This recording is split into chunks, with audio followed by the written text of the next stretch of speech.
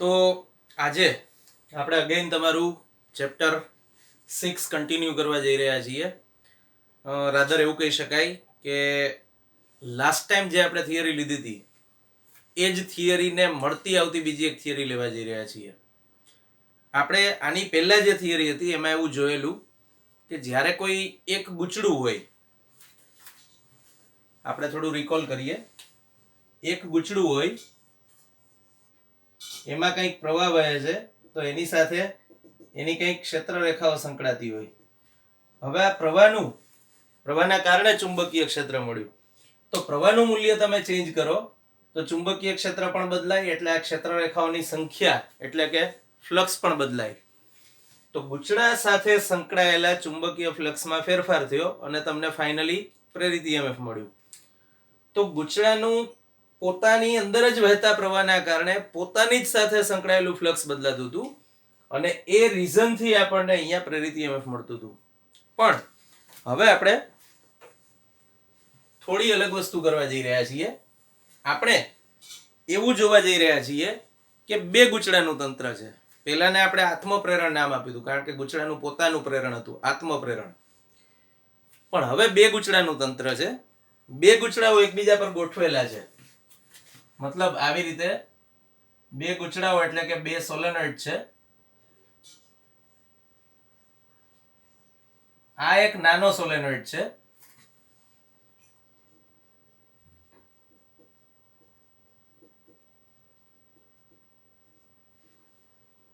એને આપણે નામ આપ્યું છે S1. અને આ બહુ લાંબા છે, આપણે સરળતા ખાતર થોડી ટૂંકી લંબાઈ જ દર્શાવી છે. બીજો એક સોલેનોઇડ એની આજુબાજુ આવી રીતે વીંટાળેલો છે જે પ્રમાણમાં મોટો સોલેનોઇડ છે. તો મોટા સોલેનોઇડને આપણે નામ આપ્યું S2. નાના સોલેનોઇડની વાત કરીએ તો એમાં એકમ લંબાઈ દીઠ આંટાની સંખ્યા N1 છે.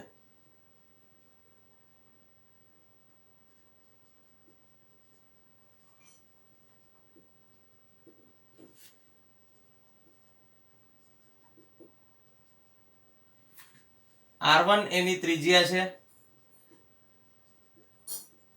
N1 કુલ આંટા રહેલા છે અંદર. એ જ રીતે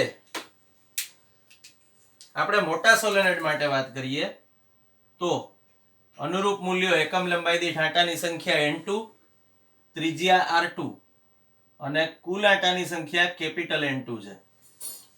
પણ ખાસ નોંધમાં લેવાનો મુદ્દો એ છે કે બંનેની લંબાઈ સમાન છે.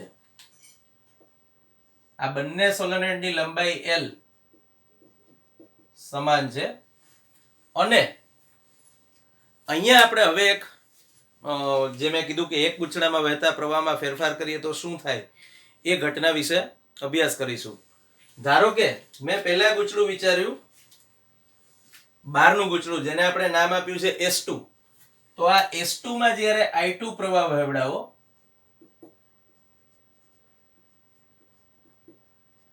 ત્યારે તમને S2 નું ચુંબકીય ક્ષેત્ર મળે છે આ I2 પ્રવાહના કારણે. એને નામ આપી દઈએ B2. તો જે ચુંબકીય ક્ષેત્ર મળ્યું એ એકચ્યુઅલી સોલેનોઇડનું ચુંબકીય ક્ષેત્ર છે.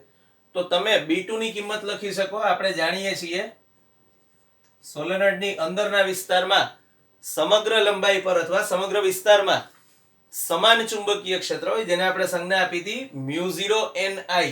એના પરથી હું અહીંયા મૂલ્ય લખું છું μ0 N2 I2. તો આટલું ચુંબકીય ક્ષેત્ર મને મોટા સોલેનોઇડમાં આ સોલેનોઇડમાં પ્રવાહ વહેવડાવવાથી મળ્યું. આ ધારો કે પ્રવાહ I2 છે અને આ એની ક્ષેત્ર રેખાઓ છે.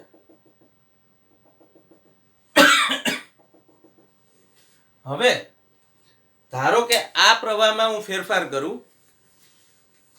તો આ પ્રવાહમાં ફેરફાર કરવાથી આ ચુંબકીય ક્ષેત્ર બદલાશે. આ ચુંબકીય ક્ષેત્ર બદલાશે એટલે અહીંયા અંદરના ગૂંચળા સાથે સંકળાયેલું ફ્લક્સ બદલાશે.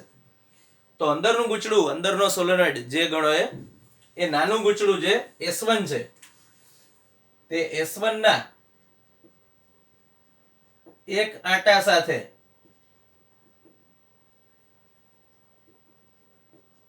સંકળાતું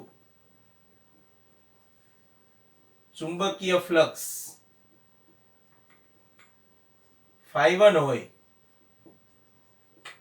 તો S1 સાથે સંકળાતું કુલ ચુંબકીય ફ્લક્સ આપણે જાણીએ છીએ કે S1 માં N1 જેટલા આટા છે. હવે એક આટા સાથે φ1 તો N1 આટા સાથે કેટલું, તો એને આપણે નામ આપ્યું N1 φ1 અને એ S2 માં વહેતા પ્રવાહ પર આધારિત છે તો N1 φ1 ચલે છે I2. આવું સમીકરણ આપણને મળ્યું. હવે મેં કીધું એમ ધારો કે આ પ્રવાહનું મૂલ્ય આપણે ચેન્જ કરીએ તો આની સાથે સંકળાયેલું ફ્લક્સ બદલાશે અને પ્રેરિત EMF મળશે. યાદ રાખવાની બાબત, આપણે S2 માં વહેતો પ્રવાહ ચેન્જ કરીએ છીએ તો આપણને પ્રેરિત EMF S1 માં મળે છે. એટલે એકનું ફ્લક્સ બીજામાં વહેતા પ્રવાહ પર આધારિત છે એવું કહી શકાય. તો આપણે આ ઘટનાને નામ આપ્યું અન્યોન્ય પ્રેરકત્વ. જ્યારે કોઈ એક ગૂંચળામાં વહેતો પ્રવાહ બદલવાથી બીજા ગૂંચળા સાથે સંકળાયેલું ચુંબકીય ફ્લક્સ બદલાય અને એના કારણે પ્રેરિત EMF મળે તો એવા કિસ્સામાં આપણને જે પ્રેરકત્વ મળે એને આપણે નામ આપ્યું છે અન્યોન્ય પ્રેરકત્વ. હવે અન્યોન્ય પ્રેરકત્વની ગણતરી આપણે બહુ સિમ્પલ રીતે કરીએ તો N1 φ1 ચલે છે I2 છે. ચલન દૂર કરીએ તો અહીંયા મારે મૂકવો પડે અચળાંક. તો અચળાંક તરીકે હું મૂકું છું M12. આને આપણે નંબર આપી દઈએ 1. M12 એટલે શું છે? S1 નું S2 ની સાપેક્ષે અન્યોન્ય પ્રેરકત્વ છે.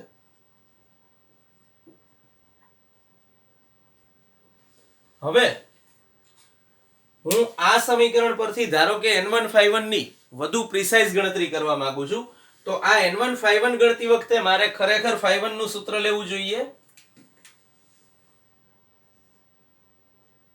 N1 φ1 B, જ્યાં B આનું ચુંબકીય ક્ષેત્ર છે એટલે કે તમે લખી શકો છો B2. આ જે મોટો સોલેનોઇડ છે એનું ચુંબકીય ક્ષેત્ર આટલું છે એટલે B2 લખીએ આપણે. હવે N1 એટલે શું? કુલ આટાની સંખ્યા. આપણે જોયું કે એકમ લંબાઈ દીઠ આપણે પહેલા S1 સોલેનોઇડ સાથે S1 સોલેનોઇડમાં કુલ આટાની સંખ્યા શોધી રહ્યા છીએ તો એમાં એકમ લંબાઈ દીઠ N1 જેટલા આટા છે આપણે અહીંયા લખ્યું અને એની લંબાઈ ટોટલ L છે તો L લંબાઈ દીઠ કેટલા, તો N1 ની જગ્યાએ હું લઈ શકું N1 L. એ જ રીતે હવે φ ની કિંમત શોધીએ. સોરી, અહીંયા A1 આવશે, મેં ભૂલથી φ લખી કાઢ્યું. A1 શોધીએ તો A1 એટલે શું છે? પહેલા ગૂંચળાનું ક્ષેત્રફળ આડછેદનું, મતલબ કે S1 ના આડછેદનું ક્ષેત્રફળ એ થશે πr1². અને B2 જે આપણે અહીંયા શોધ્યું એ μ0 N2 I2. આ કિંમત લેતા હવે સમીકરણ 1 પરથી શું લખી શકાય? N1 ની કિંમત આ રહી πn1 N2 L μ0 r1² I2 બરાબર M12 I2. આવું આપણને સમીકરણ મળ્યું. હવે આ I2 બે બાજુથી કેન્સલ કરી નાખ્યા તો M12 ની કિંમત મળી μ0 πn1 N2. આ μ0 πn1 N2 L r1². આ મને ગૂંચળા 1 નું એટલે કે સોલેનોઇડ 1 નું સોલેનોઇડ 2 ની સાપેક્ષે અન્યોન્ય પ્રેરકત્વ મળ્યું. પણ આપણે જાણીએ છીએ કે કોઈ પણ થિયરીને સિમ્પ્લિફાય કરવા માટે આપણે અમુક એઝમ્પશન્સ કરીએ છીએ, ધારણાઓ કરીએ છીએ. ધારણાઓ કરવા પાછળનો હેતુ એવો હોય છે, મેં કીધું એમ, એક તો થિયરી થોડી સિમ્પ્લિફાઈડ થાય અને બીજું કે એ ધારણાઓ એવી હોય કે જેનાથી કોઈ ખાસ મોટો ડિફરન્સ ના પડી જતો હોય. જેમ કે તમે જ્યારે પ્રક્ષિપ્ત ગતિનો અભ્યાસ કર્યો તો તમે ગુરુત્વ પ્રવેગને હવાના અવરોધક બળને અવગણી નાખતા હતા. તો ઘણી બધી જગ્યાએ આપણે સૂક્ષ્મ અંક હોય કે સૂક્ષ્મ ભૌતિક રાશિઓને અવગણી શકીએ છીએ. તો આ એક પ્રકારની ધારણા થઈ. તો અહીંયા પણ આ થિયરીમાં પણ આપણે અમુક ધારણાઓ કરેલી છે. પહેલી ધારણા તો એ કરેલી છે કે આ જે સોલેનોઇડની બંનેની સમાન લંબાઈ છે એ મોટા સોલેનોઇડની ત્રિજ્યા કરતાં પણ ખૂબ વધુ છે. મતલબ કે મોટા સોલેનોઇડની ત્રિજ્યાની સરખામણીમાં લંબાઈ ખૂબ વધુ છે. મતલબ કે આ અતિ લાંબો સોલેનોઇડ છે. જો આપણે આવી ધારણા ન કરી શકત તો આપણે આ સૂત્ર ના લખી શકતા. આપણે આ સૂત્ર લખવાનું હતું જે અતિ લાંબા સોલેનોઇડની અંદરના વિસ્તારમાં ચુંબકીય ક્ષેત્રનું સૂત્ર છે. એટલે આપણે એવી ધારણા કરી કે ભાઈ આ સોલેનોઇડ ખૂબ લાંબો છે. બીજી વસ્તુ કે આપણે જાણીએ છીએ કે સોલેનોઇડના છેડા પાસે થોડું ચુંબકીય ક્ષેત્ર ડિસ્ટર્બ થાય છે. આપણે અતિ લાંબો સોલેનોઇડ જે ધાર્યો એના કારણે એ ડિસ્ટર્બન્સ પણ જતું રહ્યું. આપણે ચેપ્ટર 4 અને 5 આના વિશે ઘણી બધી ચર્ચા ઓલરેડી થયેલી છે કે સોલેનોઇડની ચુંબકીય ક્ષેત્ર રેખાઓ કઈ રીતે મળે છે. તો જે છેડા પાસે થોડું ઘણું ડિસ્ટર્બન્સ હતું એ ત્યારે થાય કે જ્યારે સોલેનોઇડની લંબાઈ સીમિત હોય, એના છેડાઓ હોય. તમે સોલેનોઇડની લંબાઈ જ અનંત ધારી લો, મતલબ છેડાઓ જ નથી. તો પછી છેડા પાસે જે કંઈ અનિશ્ચિતતા થતી હતી અહીંયા ચુંબકીય ક્ષેત્રને રિલેટેડ એ તમે અવગણી શકો છો. બીજું કે આપણે આખા સોલેનોઇડ 2 જે આપણે મોટો સોલેનોઇડ લીધો છે એ S2 છે અને જે નાનો સોલેનોઇડ લીધો છે એ S1 છે. મેં અહીંયા નીચે લખ્યું એ રીતે. તો આખા સોલેનોઇડ S2 ની સમગ્ર લંબાઈ પર તમે ચુંબકીય ક્ષેત્રને સમાન છે એવું ધારેલું છે. કારણ ભલે પહોળાઈમાં ફરક હોય, બંનેની ત્રિજ્યા અલગ અલગ હોય, પણ બંને સોલેનોઇડ અતિ લાંબા સોલેનોઇડ છે અને અતિ લાંબા સોલેનોઇડનું ચુંબકીય ક્ષેત્ર હંમેશા અચળ જળવાઈ રહે છે અંદરના વિસ્તારમાં, એવું આપણે જાણીએ છીએ. લાસ્ટ વસ્તુ ફાઇનલી આ સમીકરણ વિશે. અત્યારે આપણે એવું ધારી લીધું છે કે સોલેનોઇડની અંદરનું માધ્યમ શૂન્યાવકાશ છે. અગેન જો શૂન્યાવકાશના બદલે અહીંયા મ્યુ જેટલી પરમિએબિલિટી ચુંબકીય પારગમ્યતા વાળું માધ્યમ હોત તો આ જ સમીકરણ આપણે આવી રીતે લખી શકતા હતા. M12 બરાબર μ0 ના બદલે હવે મ્યુ લીધું તો મ્યુ પાઈ n1 n2 r1 square l. હવે મ્યુ ની કિંમત આપણે જાણીએ છીએ. આવું એક સૂત્ર હતું મ્યુ r બરાબર મ્યુ બાય μ0 સાપેક્ષ પરમિએબિલિટી નું.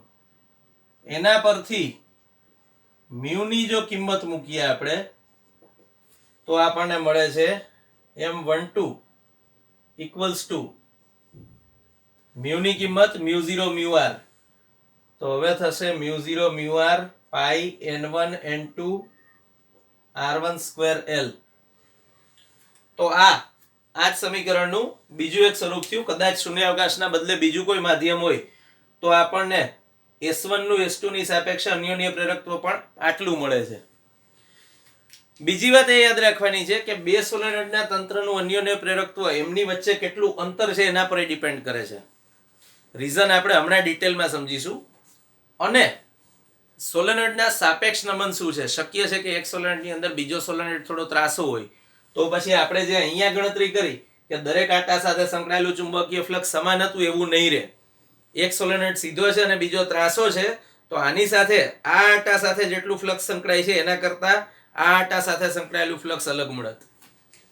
તો આપણે એવું કહી શકીએ કે સોલેનોઇડના બે સોલેનોઇડના તંત્રનું અન્યોન્ય પ્રેરકત્વ તે બંને સોલેનોઇડ વચ્ચેના અંતર અને તેમના સાપેક્ષ નમન પર આધારિત છે. બીજી બધી બાબતો પર તો છે જ જે અહીંયા જોઈએ આપણે કે અંદર કયું માધ્યમ રહેલું છે, બંનેમાં આટાની સંખ્યા કેટલી છે, ત્રિજ્યા કેટલી છે વગેરે વગેરે. લાસ્ટ થિંગ ઇમ્પોર્ટન્ટ કે આપણે અહીંયા L કન્સિડર કર્યું છે. આપણે અતિ લાંબા સોલેનોઇડ માટે ચુંબકીય ક્ષેત્રનું સૂત્ર લીધું છે. તો ફિઝિક્સની ભાષામાં અતિ લાંબો સોલેનોઇડ એટલે અનંત લંબાઈનો સોલેનોઇડ. પણ અનંત લંબાઈ એ ખરેખર અનંત લંબાઈ નથી. મેં કીધું એમ આપણે એવી ધારણા કરેલી છે કે L much greater than R2 છે. એ અર્થમાં તમે એને અતિ લાંબો સોલેનોઇડ ગણો છો અને અતિ લાંબા સોલેનોઇડના ચુંબકીય ક્ષેત્રનું સૂત્ર વાપરો છો. આ સૂત્ર વાપરવું આપણા માટે ઈઝી ટાસ્ક હતું એટલે આપણે આવું ધારી લીધું છે કે L much greater than R2 છે. આવી ગોઠવણ કરેલી છે કે જેથી લંબાઈ ત્રિજ્યાની સરખામણીમાં ખૂબ મોટી હોય તો તમે એને અતિલાંબો અથવા અનંત લંબાઈનો સોલેનોઇડ ગણી શકો અને એના પરથી આખી ગણતરી બહુ ઇઝી રીતે કરી શકો. વધુ આગળ વિચારીએ તો અન્યોન્ય પ્રેરકત્વની ઘટનામાં એક બહુ અગત્યનો મુદ્દો છે વ્યસ્તતા પ્રમેય, રેસિપ્રોસિટી થિયરમ. વ્યસ્તતા પ્રમેય શું છે કે તમે અત્યારે શું કર્યું કે નાના સોલેનોઇડ માટે ગણતરી કરી મોટા સોલેનોઇડમાં પ્રવાહ વહેવડાવીને, પણ ધારો કે તમે મોટા સોલેનોઇડ માટે ગણતરી કરત, નાના સોલેનોઇડમાં પ્રવાહ વહેવડાયો અને મોટા સોલેનોઇડ માટે ચુંબકીય ક્ષેત્ર અને એની સાથે સંકળાયેલું ફ્લક્સ ને બધી ગણતરી કરી, તો ચેન્જ ખાલી એક જ જગ્યાએ થશે. જે તમે અહીંયા N1A1B2 લીધું છે, મતલબ અહીંયા N1 છે, એના બદલે હવે લખવું પડશે N2 અને ઇક્વલ્સ ટુ લખાશે M21. M21 એટલે શું છે? S2 નું S1 ની સાપેક્ષે અન્યોન્ય પ્રેરકત્વ છે અને અહીંયા I2 ના બદલે હવે પ્રવાહ આપણે S1 માંથી મેળવીએ છીએ એટલે લખીએ I1. પાછું અહીંયા જે કંઈ ગણતરી કરી મેં કીધું એમ M21 I1 ની કિંમત N2 ની કિંમત લઈએ આના પરથી તો N2 B1 એવી થાત. તો ખાલી ચેન્જ કેટલું થાત? અહીંયા જે પાઈ r1 સ્ક્વેર છે એ તો એનું એ રહેત, પણ N1L ના બદલે તમે શું લખતા હતા? N2L લખી શકો. તો આ N2L લઈ લીધું. પાઈ r1 સ્ક્વેર એમનું એમ આપણે એટલા માટે રાખ્યું કે સોલેનોઇડ ખૂબ લાંબા છે એટલે તમે આની સાથે સંકળાયેલું ફ્લક્સ ગણો કે આની સાથે, ફ્લક્સને કોઈ ફરક પડતો નથી એટલે આપણે ક્ષેત્રફળ, ફ્લક્સની ગણતરીમાં જે ક્ષેત્રફળ લીધું એ નાના સોલેનોઇડનું જ લીધું, ચાલે. એનાથી ગણતરીને લાગે વળગે છે ત્યાં સુધી કોઈ ફરક પડતો નથી. અને હવે ચુંબકીય ક્ષેત્ર μ0 N1 I1 લીધું. પાછું બે બાજુથી I1 કેન્સલ કરી દો તો M21 નું સૂત્ર મળશે μ0 પાઈ N1 N2 R1 square L. જોઈ શકો છો અહીંયા જે સૂત્ર મળતું હતું એ જ સૂત્ર આપણને ફરીથી મળ્યું. જો μ0 પાઈ N1 N2 R1 square L. તો આ હકીકતને આપણે વ્યસ્તતા પ્રમેય કહી શકીએ. આપણે શું જોયું કે S1 માં પ્રવાહ વહેવડાવો અને S1 નું ચુંબકીય ક્ષેત્ર અને એની સાથે સંકળાયેલી S2 ની ગણતરી કરો, અથવા S2 માં પ્રવાહ વહેવડાવો અને S1 સાથે સંકળાયેલા ફ્લક્સની ગણતરી કરો, તો વાતને કોઈ ફરક પડતો નથી. તો વ્યવહારમાં ઇન જનરલ આપણે M12 બોલીએ કે M21 બોલીએ, મતલબ સોલેનોઇડ 1 નું સોલેનોઇડ 2 ની સાપેક્ષે ગણીએ કે સોલેનોઇડ 2 નું સોલેનોઇડ 1 ની સાપેક્ષે ગણીએ, અન્યોન્ય પ્રેરકત્વ બે કેસમાં સમાન મળે. એટલે આપણે સરળતા ખાતર બંને માટે જનરલ સંજ્ઞા કેપિટલ M લઈ શકીએ. જેમ તમે એવું ભણતા હતા કે ભાઈ ગુરુત્વાકર્ષણના નિયમ મુજબ M1 દળનો પદાર્થ જેટલું ગુરુત્વાકર્ષણ M2 પર લગાડે છે તો M2 દળનો પદાર્થ એટલું જ ગુરુત્વાકર્ષણ M1 પર લગાડે છે. તો બેયના મૂલ્યો સરખા હતા, પણ તમે ખાલી કોના પર કોના વડે લાગે છે એ દર્શાવવા માટે 1-2 સંજ્ઞાઓનો ઉપયોગ કરતા હતા. અહીંયા પણ એવું જ કંઈક છે. M12 એટલે સોલેનોઇડ S1 નું સોલેનોઇડ S2 ની સાપેક્ષે અન્યોન્ય પ્રેરકત્વ અને M21 એટલે સોલેનોઇડ S2 નું સોલેનોઇડ S1 ની સાપેક્ષે અન્યોન્ય પ્રેરકત્વ. પણ વ્યવહારમાં તમે બંને માટે કોમન સંજ્ઞા કેપિટલ M વાપરી શકો છો કારણ કે બેયના મૂલ્યો સમાન છે. અને લાસ્ટ ઇમ્પોર્ટન્ટ થિંગ, આપણે કેપિટલ M સંજ્ઞા એ કારણથી લીધી કે અન્યોન્ય પ્રેરકત્વને ઇંગ્લિશમાં મ્યુચ્યુઅલ ઇન્ડક્ટન્સ કહેવામાં આવે છે, એટલે આપણે મ્યુચ્યુઅલનો M અહીંયા સંજ્ઞા તરીકે લીધેલો છે. વધુ થોડી આગળ ગણતરી કરીએ, વિચારીએ તો આપણને ખબર પડે છે કે અન્યોન્ય પ્રેરકત્વ તો આપણે શોધી કાઢ્યું, પણ અન્યોન્ય પ્રેરિત EMF કેટલું મળે તો હવે આપણે એની ગણતરી કરીશું. જેના માટે આપણે ફેરેડેના વિદ્યુત ચુંબકીય પ્રેરણના નિયમનો ઉપયોગ કરીશું અને આ સમીકરણ આપણા માટે કામનું છે. તો હું એ જ સમીકરણ હવે અહીંયા લખું છું.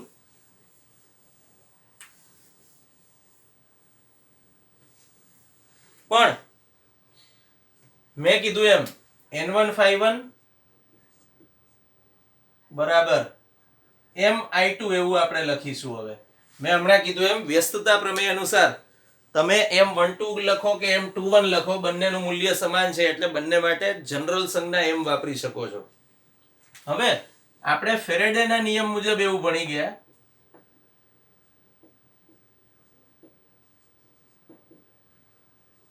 એપ્સાઇલોન બરાબર -n d∅dt.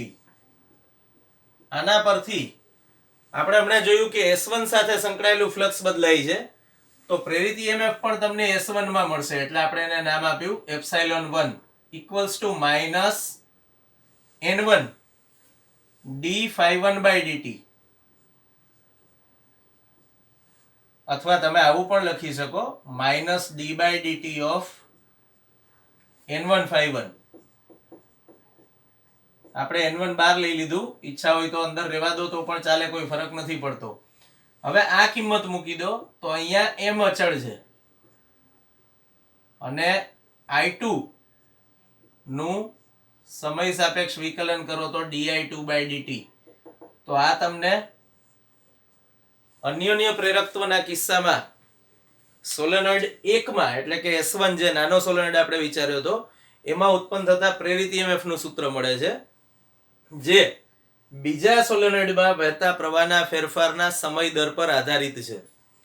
હવે આના પરથી વધુ એક વસ્તુ વિચારી શકાય કે ધારો કે એક સોલેનોઇડ છે તો એમાં વહેતો પ્રવાહ જ્યારે બદલાય ત્યારે એની સાથે સંપર્કમાં બીજો સોલેનોઇડ રહેલો હોય તો શું થાય. હવે આપણે એ પરિસ્થિતિ વિશે વાત કરીએ. તો આ પરિસ્થિતિમાં ગૂંચળામાં પ્રેરિત થતું નેટ EMF આપણે ધારો કે ગણવું છે, તો ε1 પહેલા ગૂંચળામાં પ્રેરિત થતું નેટ EMF. હવે ફેરેડેના નિયમ મુજબ ગણો તો -n1 d∅1/dt. એના પરથી ગણતરી કરો ત્યારે આપણે આવું સમીકરણ મેળવ્યું હતું -L di/dt. આ ગૂંચળાના આત્મપ્રેરકત્વના કારણે મળતો EMF નો ભાગ છે એવું કહી શકો. બીજી રીતે કહીએ તો આ ε1 જે મળે છે એનો આત્મપ્રેરિત EMF વાળો ભાગ છે અને બીજો ભાગ આ તો છે જ એટલે -m di2/dt. ફરીથી એકવાર તમે અહીંયા m ના બદલે M12 અથવા M21 બેમાંથી કોઈ પણ લખી શકો છો. તો આ વધુ વ્યાપક કિસ્સો થયો ગૂંચળાનું પોતાનું આત્મપ્રેરિત EMF પ્લસ અન્યોન્ય પ્રેરિત EMF બેયનું ટોટલ થઈને આપણને આટલું નેટ EMF મળે છે એવું સાબિત થયું. ઉદાહરણ 6.9 લઈ રહ્યા છીએ. 6.9 માં તમને એવું કીધું છે કે બે સમકેન્દ્રિત ગોળાકાર ગૂંચળા, એકની ત્રિજ્યા R1 ઓછી છે અને બીજું મોટી ત્રિજ્યા R2 વાળું છે, જ્યાં R1 much less than R2 છે, મતલબ R1 ખૂબ નાની ત્રિજ્યા છે અને R2 એની સરખામણીમાં ખૂબ મોટી ત્રિજ્યા છે. આ ગોઠવણ સમઅક્ષીય હોય તો તેનું અન્યોન્ય પ્રેરકત્વ શોધો. તો ગણતરી કરવા માટે આપણે સૌથી પહેલા તો એ વિચારીશું કે અન્યોન્ય પ્રેરકત્વનું સૂત્ર શું હતું. તમે M12 અથવા M21 કંઈ બી લખો, એના માટે આપણે જનરલ સંજ્ઞા M લીધી છે.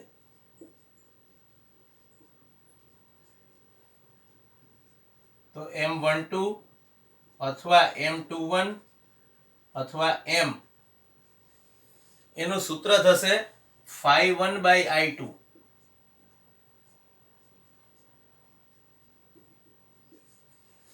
આપણે સરળતા ખાતર ∅1/I2 લીધું છે, સમજો.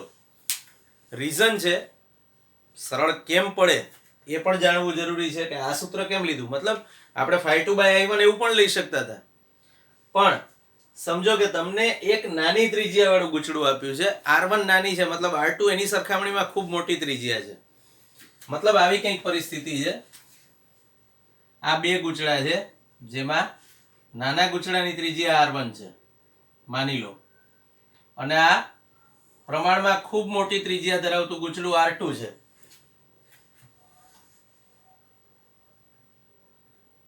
R1 ની સરખામણીમાં ખૂબ મોટી ત્રિજ્યા છે, પણ આપણે ખાલી મોટી ત્રિજ્યા જ દર્શાવી છે, ખૂબ મોટી નથી દર્શાવી શકાતી. તો આ R2 ખૂબ મોટું છે. હવે સમજો કે હું આમાંથી પ્રવાહ વહેવડાવું છું, આના માટે આપણે સંજ્ઞા 2 લીધી છે, એટલે આ પ્રવાહને હું I2 કહી દઉં છું. તો હવે આ પ્રવાહના કારણે જે ચુંબકીય ક્ષેત્ર મળશે ને એ આટલા વિસ્તારમાં લગભગ અચળ છે એવું ગણી શકાય, કારણ કે R1 ખૂબ નાનું છે. તો તમે અહીંયા પ્રવાહ વહેવડાવો ત્યારે આટલા વિસ્તારમાં મળતું ચુંબકીય ક્ષેત્ર લગભગ અચળ લઈ શકાય. પણ ધારો કે તમે આમાં પ્રવાહ વહેવડાયો હોત અને આની સાથે સંકળાયેલું ફ્લક્સ લીધું હોત, મતલબ કે જો અહીંયા phi2/I1 લીધું હોત, તો આટલા મોટા વિસ્તારમાં ચુંબકીય ક્ષેત્ર અચળ જળવાઈ રહે એવું જરૂરી નથી. તો આપણી ગણતરી થોડી કોમ્પ્લિકેટેડ થઈ જાત, પછી આપણે સંકલનનો ને એ બધાનો ઉપયોગ કરવો પડત. તો આપણે કામ પ્રમાણમાં ઈઝી થાય એના માટે એવું વિચાર્યું કે મોટા ગૂંચળામાં આપણે પ્રવાહ વહેવડાવીએ છીએ અને નાના સાથે સંકળાયેલું ફ્લક્સ કન્સિડર કરીશું. હવે ફ્લક્સની ગણતરી કરીએ તો ફ્લક્સ કોની સાથે સંકળાયેલું છે? ગૂંચળા એક સાથે. તો હું ફ્લક્સનું સૂત્ર વાપરી શકું phi1 શોધવા માટે.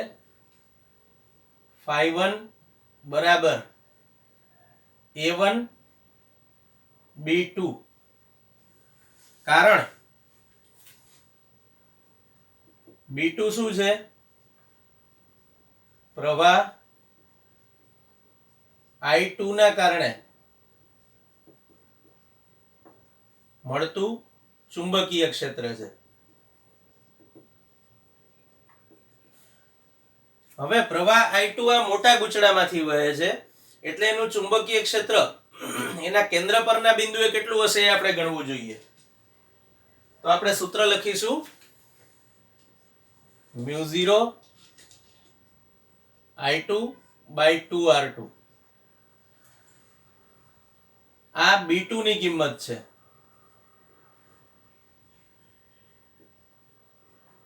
આ કિંમત લેતા ફરીથી એકવાર ખાસ ધ્યાન રાખવાનું છે કે આપણે જે કોઈ પ્રવાહ વિચાર્યો છે એ પ્રવાહ ગૂંચળા 2 માં વહે છે, અને ગૂંચળા 2 માં વહે છે એટલે ચુંબકીય ક્ષેત્ર પણ ગૂંચળા 2 નું લેવાનું છે. ધેટ્સ વાય આપણે સંજ્ઞા B2 લીધી છે. ઈચ્છા પડે તો B2 ના બદલે કોઈ બી સંજ્ઞા લઈ શકો, પણ 1 અને 2 બે સંજ્ઞાઓ ઓલરેડી રકમમાં જ આપેલી છે, તો આપણે એનો જ યુઝ કર્યો કે જેથી સમજવાનું કામ થોડું સરળ થાય.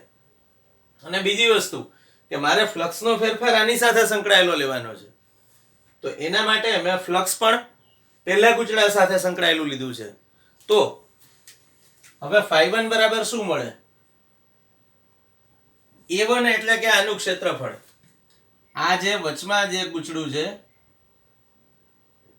આનું ક્ષેત્રફળ આપણે A1 છે એવું કહી દીધું. હવે ત્રિજ્યા R1 છે આપણે અહીંયા લખેલી છે, તો આ R1 ત્રિજ્યાના કારણે ક્ષેત્રફળ A1 મળે છે πr1². અને B2 નું સૂત્ર μ0 I2/2R2 આવું મળે છે. તો હવે આને સાદરૂપ આપીએ તો આપણને મળશે phi1/I2. કારણ કે આપણે એવું કીધું કે M12 ની કિંમત phi1/I2 હતી, તો આપણને સાદરૂપ મળશે μ0 πr1²/2R2. તો phi1/I2 એટલે તો M12 છે. તમે એને M21 અથવા જસ્ટ M એવું પણ લખી શકો, એનું તમને સમીકરણ મળી ગયું.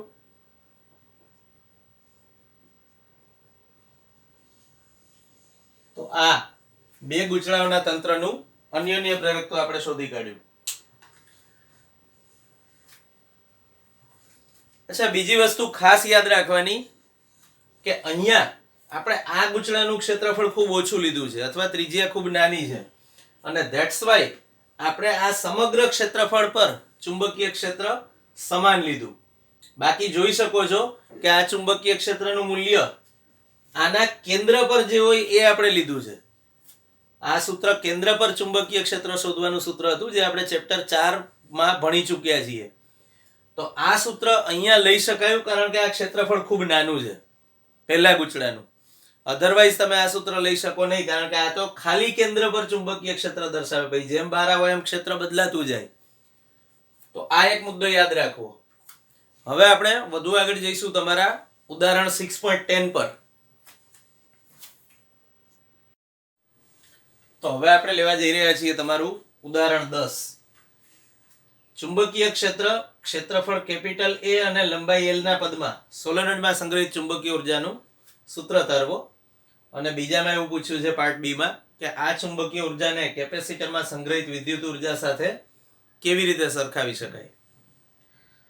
જો પહેલાવેલી વસ્તુ તો એ કે આપણે એવું જાણીએ છીએ કે ઇન્ડક્ટરની એટલે કે ગૂંચળાની ઉર્જા, સોલેનોઇડની ઉર્જા એ એની સાથે સંકળાયેલા ચુંબકીય ક્ષેત્રમાં રહેલી હોય.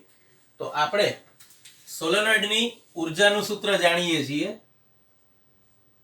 એ પહેલા ગણીએ યુ, ચુંબકીય ક્ષેત્ર સાથે સંકળાયેલી ઉર્જા છે એટલે આપણે એને બી એવી સંજ્ઞા આપી દીધી. હવે UB equals to 1/2 LI square આવું સૂત્ર ભણી ગયા છો. હવે આ ખરેખર તો સોલેનોઇડની સંગ્રહિત ઉર્જા છે. તો સોલેનોઇડમાં ચુંબકીય ક્ષેત્ર મતલબ સોલેનોઇડની અંદરના વિસ્તારમાં ચુંબકીય ક્ષેત્ર B બરાબર μ0 NI હોય એવું આપણે જાણીએ છીએ. તો આ સૂત્ર પરથી આપણે I ની કિંમત લઈ લઈએ. તો I બરાબર B/μ0 n લેતા આપણને શું મળે? UB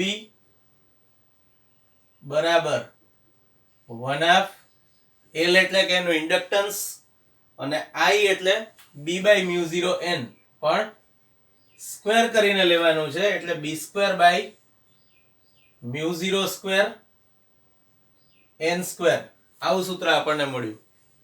હવે L નું સૂત્ર યાદ કરીએ. L એટલે મેં કીધું એમ ઇન્ડક્ટન્સ છે. તો એનું સૂત્ર હતું μ0 n² Al. આ કિંમત લઈ લઈએ આપણે. તો UB બરાબર ફાઇનલી શું મળે? 1/2 L ની કિંમત μ0 n² Al. ગૂંચળાના આત્મપ્રેરકત્વ વાળી થિયરી જે આપણે ભણ્યા એમાં આ સૂત્ર આપણે તારવેલું છે. Into B²/μ0² n². તો આ n² બે બાજુથી કેન્સલ થશે અંશછેદમાંથી અને આ μ0 કેન્સલ. તો ફાઇનલી UB બરાબર મળ્યું B²Al/2μ0. આ આપણને ચુંબકીય ક્ષેત્ર સાથે સંકળાયેલી ઉર્જાનું અથવા સોલેનોઇડમાં સંગ્રહિત ચુંબકીય ઉર્જાનું સૂત્ર મળી ગયું. પણ આપણને બીજામાં એવું પૂછ્યું છે કે એને કેપેસિટરમાં સંગ્રહિત વિદ્યુત સ્થિતિ ઉર્જા સાથે કેવી રીતે સાંકળી શકાય, સરખાવી શકાય. તો સમજો કે આપણે જે સોલેનોઇડ વિચાર્યો છે એની લંબાઈ L છે અને એનું ક્ષેત્રફળ, દરેક વર્તુળાકાર આંટાનું ક્ષેત્રફળ કેપિટલ A છે. તો આપણે વિચારેલા સોલેનોઇડનું કુલ કદ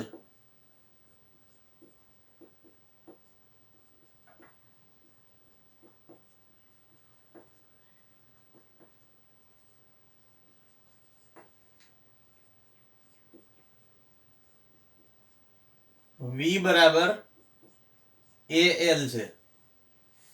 હવે આ કુલ કદ છે તો એકમ કદ દીઠ સંકળાયેલી ઉર્જા એટલે એને કહેવાય ઉર્જા ઘનતા. તો સોલેનોઇડ ની ચુંબકીય ઉર્જા ઘનતા જેની સંજ્ઞા આપણે ρB લઈએ છીએ. આ ρB એટલે શું છે? એકમ કદ દીઠ ચુંબકીય ઉર્જા. જો ફિઝિક્સમાં જ્યાં કે એવા શબ્દ આવે ઘનતા, ત્યાં સમજવાનું કે એકમ કદ દીઠ વાત છે. જેમ કે મૂળ ઘનતાની જ વ્યાખ્યાથી શરૂઆત કરો તો ઘનતા એટલે શું? એકમ કદ દીઠ રહેલું દળ. તો બીજું નામ છે એનું દળ ઘનતા. તો દળ ઘનતા કહો કે ઘનતા કહો, એનું સૂત્ર છે દળ એકમ કદ દીઠ રહેલું દળ, મતલબ દળ ભાગ્યા કદ. એવી જ રીતે ધારો કે તમને સંખ્યા ઘનતા કહેવામાં આવે, ચેપ્ટર 3 માં આપણે ભણી ગયા. તો એકમ કદમાં રહેલા વિદ્યુતભાર વાહકોની સંખ્યા, એને વિદ્યુતભાર વાહકોની સંખ્યા ઘનતા કહેવાય. તો અહીંયા પણ ચુંબકીય ઉર્જા ઘનતા એટલે શું? એકમ કદ દીઠ રહેલી ચુંબકીય ઉર્જા. તો હવે આપણે એકમ કદ દીઠ રહેલી ચુંબકીય ઉર્જા શોધીએ તો ρb બરાબર શું કરવું પડે? UB કુલ ચુંબકીય ઉર્જા ભાગ્યા AL. હવે કુલ ચુંબકીય ઉર્જા આ રહી. આના પરથી સમીકરણ 1 પરથી જો હું UB બાય AL ની કિંમત શોધું, આ AL ને હું સામે છેદમાં લઈ જાઉં તો મને UB બાય AL ની કિંમત મળી ગઈ b² બાય 2μ0.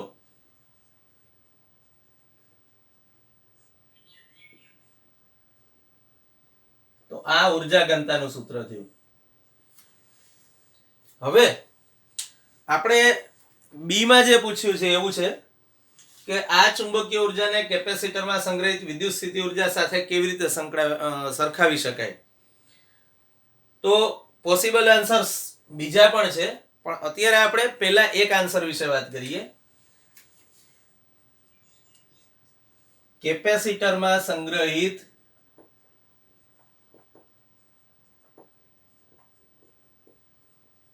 વિદ્યુત સ્થિતિ ઉર્જા ની ઘનતા શું મળતી હતી યાદ કરો. ચેપ્ટર 2 માં તમે શોધેલી છે ρe = 1/ε0 e². આવું સૂત્ર તમે મેળવેલું છે. તો આ બે વચ્ચે આમ જુઓ તો દેખીતી સમાનતા શું? આપણે જે સૌથી પહેલા ચેપ્ટર 4-5 વખતે ભણેલા એમાં તમે એવું જોયેલું કે વિદ્યુતશાસ્ત્રના સૂત્રોમાં જો તમે અમુક સંજ્ઞાઓ ચેન્જ કરી દો તો તમને ચુંબકત્વના સૂત્રો મળી શકે. એ જ રીતે તમે ચુંબકત્વ પરથી વિદ્યુતશાસ્ત્રના સૂત્રો મેળવી શકો. તો b ના બદલે મેં e લીધું, 1/μ0 ના બદલે ε0 લઈ લીધું. જે બે ચેન્જીસ આપણે ઓલરેડી જાણીએ છીએ. 1/2 અહીંયા પણ હતું, અહીંયા પણ છે. તો આ પહેલી સમાનતા થઈ. બીજી સમાનતા શું છે? મેં કીધું એમ પોસિબલ આન્સર્સ ઘણા છે, આપણે નમૂના રૂપે 2-3 આન્સર્સ લઈએ.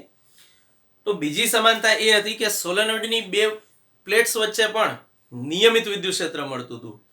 જ્યારે સોલેનોઇડમાં પણ અંદરના વિસ્તારમાં નિયમિત ચુંબકીય ક્ષેત્ર મળે. મતલબ પેલામાં સમાન વિદ્યુત ક્ષેત્ર હતું એવું કહી શકો, અહીંયા સમાન ચુંબકીય ક્ષેત્ર છે.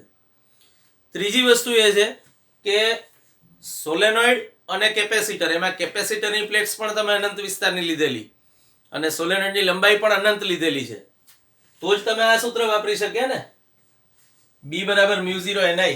આ તો અનંત લંબાઈના સોલેનોઇડ માટેનું સૂત્ર હતું. અને લાસ્ટ કે તમે એવું કહી શકો કે અવકાશમાં જ્યાં ક્યાંય વિદ્યુત ક્ષેત્ર અને ચુંબકીય ક્ષેત્ર હાજર હશે ત્યાં એની સાથે સંકળાયેલી ઉર્જા ઘનતા આટલી જ મળશે.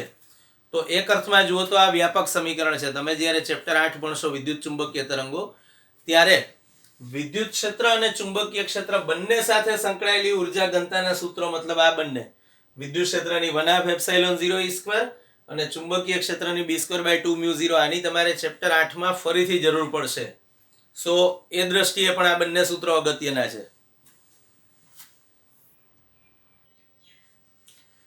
હવે તમારો સ્વાધ્યાયનો દાખલો 9. પાસ પાસે રહેલ ગુચડાની જોડનું અન્યોન્ય પ્રેરકત્વ 1.5 હેનરી છે. મતલબ તમને એમ આપ્યું છે 1.5 હેનરી. અગેન તમે એને M12 અથવા M21 કંઈ બી કહી શકો છો. જો એક ગુચડામાં 0.5 સેકન્ડમાં વિદ્યુત પ્રવાહ 0 એમ્પિયર થી 20 એમ્પિયર થાય તો ડેલ્ટા I કેટલું મળ્યું? I2 - I1. અંતિમ મૂલ્ય 20 એમ્પિયર માઇનસ પ્રારંભિક 0 તો 20 એમ્પિયર. તો અન્ય ગુચડા સાથે સંકળાયેલ ફ્લક્સનો ફેરફાર શોધો. તમે આ બંને અલગ અલગ ગુચડાના છે એવું દર્શાવવા માટે કોઈ બી સંજ્ઞાઓ લખી શકો. ડેલ્ટા IA અને ડેલ્ટા phi B, અથવા delta I1 delta phi 2 delta I2 delta phi 1, જે લખો એ ડઝન્ટ મેટર. તો હવે આપણે જસ્ટ કિંમતો મૂકવાની રહે છે. આપણે સૂત્ર જાણીએ છીએ m બરાબર phi/I, પણ એના પરથી હું પર્ટિક્યુલર આ પ્રોબ્લેમ માટે વધુ પ્રિસાઇઝલી લખું તો m બરાબર ફ્લક્સનો ફેરફાર, એને કહી દઉં ડેલ્ટા phi, અને એ મેં ગૂંચળા બી માં લીધો છે. ગૂંચળા બી માં છે એવું ધાર્યું છે એટલે ગૂંચળું બી કહી દઈએ અહીંયા. અને છેદમાં આઈ એટલે પ્રવાહનો ફેરફાર લેવાનો છે ગૂંચળા એ માટે. તો આના પરથી હવે લખી શકાય ડેલ્ટા ફાઈ બી જે તમને પૂછ્યું છે બીજા ગૂંચળા સાથે સંકળાયેલ ફ્લક્સનો ફેરફાર એ મળશે એમ ડેલ્ટા આઈ એ. એમાં એમ ની કિંમત તમને આપેલી છે 1.5 અને ડેલ્ટા આઈ એ ની કિંમત 20. તો તમને જવાબ મળશે 30 વેબર બીજા ગૂંચળા સાથે સંકળાયેલ ફ્લક્સનો ફેરફાર.